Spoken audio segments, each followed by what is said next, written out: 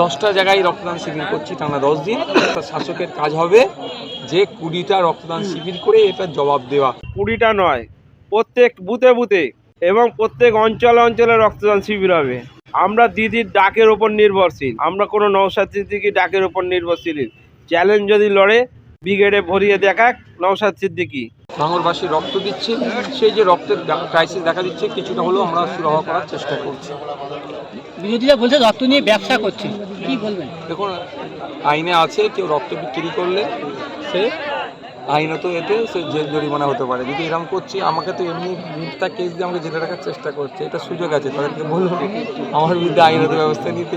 এবার হচ্ছে বিরোধীরা পারছে না, সেই জন্যই কুৎসা রটাচ্ছে। বিরোধীদের কাজ হবে আমরা 10টা জায়গায় রক্তদান শিবির করছি টানা 10 দিন। বিরোধীদের কাজ অর্থাৎ শাসকের কাজ হবে যে 20টা রক্তদান শিবির করে এটার জবাব দেওয়া, সেটা তারা পারছেন না।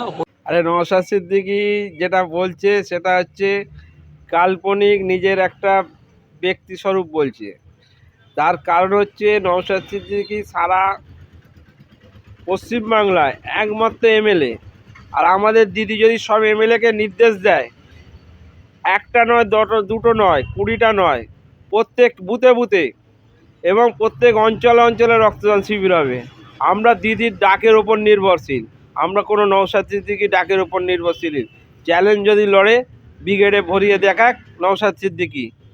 একবার তো ধর্মতলায় ডেকেছিল, পুলিশকে ভাঙচুর করেছিল।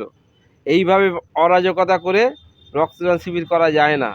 আর আজকে ভাঙড়ের কথা বলছে, ভাঙড়ে যে 16টা পঞ্চায়েত, তার মধ্যে মাত্র 3টে পঞ্চায়েত আইএসএফের, একটা পঞ্চায়েত সমিতি তাও টায়ে জিতেছে, তাও সিপিএমের হেল্পে।